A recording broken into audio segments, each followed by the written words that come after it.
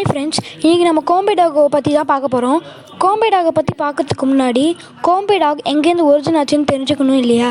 Kombai talk வந்து தேனி மாவட்டம் பக்கத்தில் கோம்பை வில்லேஜ் அப்படின்ற ஊர்லேருந்து தான் ஒரிஜின் ஆச்சு ஃப்ரெண்ட்ஸ். கோம்பை டாகை பற்றி ஃபுல்லாக டீட்டெயிலாக தெரிஞ்சுக்கிறதுக்கு முன்னாடி கோம்பை டாகை பற்றி நான் ஒரு குட்டி கதையை பார்த்துட்டு வந்துடுவோம். அந்த காலத்தில் ஒரு ராஜா வாழ்ந்திருக்காரு. அந்த ராஜா எப்போவுமே ராஜானாலே சிங்கம் வளர்ப்பாங்க. அதே மாதிரி இந்த ராஜாவும் சிங்கம் வளர்த்துருக்காரு. அந்த சிங்கத்துக்கு அன்றைக்கின்னு பார்த்து செமையாக பசிச்சிருக்கு ஃப்ரெண்ட்ஸ். அந்த சிங்கத்துக்கு எப்போவுமே மான் தான் கொடுப்பாங்க. ஆனால் அந்த நாட்டில் அந்த மானோட எண்ணிக்கை குறைஞ்சதுனால மான் கொடுக்கறதில்ல.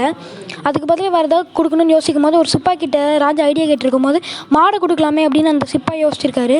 அதுக்கு அந்த ராஜா சொல்கிறாரு, மாடு பால் கொடுக்கும், மாடு வேணான்னு சொல்லியிருக்காரு. அப்புறம் 4-5 சோல்ஜர்ஸ் போய் காட்டிலேருந்து கூட்டிகிட்டு வந்திருக்காங்க. அது சிங்கத்தோட கூண்டில் போட்டாங்க. சிங்கத்தோட கூண்டில் போட்டோன்னே அந்த சிங்கம் அந்த நாயை எதுவுமே பண்ணலன்னு எல்லாம் யோசிச்சிருக்காங்க. அடுத்த நாள் பார்த்துருக்காங்க, அப்பவும் எதுவுமே பண்ணல. ஒரு வாரம் சிங்கத்துக்கு பசிக்கலன்னு சொல்லி அப்படியே விட்டாங்க போல். அப்புறம் அடுத்த நாள் போய் ஒரு சிப்பாயை போய் பார்த்துட்டு வர சொல்லியிருக்காங்க. அந்த சிப்பாய் போய் பார்த்துட்டு வந்து என்ன சொல்கிறாருன்னா, ராஜா நான் போய் பார்க்கும்போது அந்த நாய்க்கிட்ட அந்த சிங்கம் போகும்போது அந்த நாய் ஒரு உரும்புச்சு, அதில் அந்த சிங்கம் பயந்துருச்சு ராஜா அப்படின்னு சொல்லும் போது அந்த ராஜாவுக்கு ஒன்றுமே புரியல. எப்படி நம்ம சிங்கம் இப்படிலாம் பயந்தது ஒரு நாயை பார்த்து?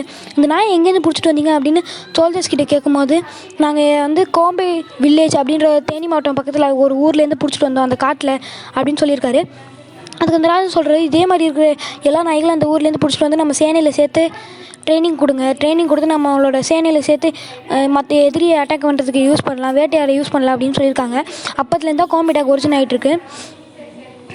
இப்போ கோம்பை டாகை பற்றி நான் ஒரு கதையை பார்த்தோம். இந்த கதை 15th centuryலேருந்து பேச போகிற ஒரு கதை. இது உண்மையானு தெரியல, ஆனால் கோம்பை டாகோட கதைன்னு கேட்டாலே இதான் சொல்லுவாங்க. கோம்பை டாகை பற்றி கதையை பார்த்தாச்சு. இப்போ அதோட ஸ்பெசிஃபிகேஷன்ஸ் பார்க்கலாம்.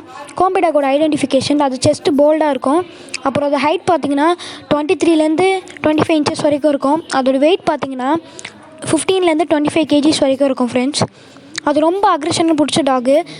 அதுவும் இல்லாமல் சைல்டு ஃப்ரெண்ட்லின்னு கேட்டிங்கன்னா சுத்தமாக கிடையாது. இப்போ இந்த பார்த்திங்கன்னா சைல்டு ஃப்ரெண்ட்லிலாம் என்னென்னா குழந்தைங்கிட்ட அன்பாக பழகுது, அது சுத்தமாக அந்த நாய்க்கு கிடையாது. அதுவும் இல்லாமல் அது ஒரு ஃபேமிலி டாக்னால் எப்போவுமே அது குடும்பத்தோடு தான் இருக்கும். இப்போ நம்ம அது கமெண்ட் பண்ணோன்னு வைங்களேன், அது கமெண்ட் பண்ணுறதையும் கேட்கும்.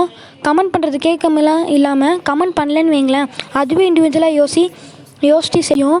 இது என்டேஞ்சர் ஸ்பீஷீஸ் அப்படின்ற ஒரு வகையில் இருக்குது. இதை பற்றி நான் நெக்ஸ்ட் வீடியோவில் போடுறேன். இந்த வீடியோ உங்களுக்கு பிடிச்சிருந்தா லைக் பண்ணுங்கள், ஷேர் பண்ணுங்கள். பாய்.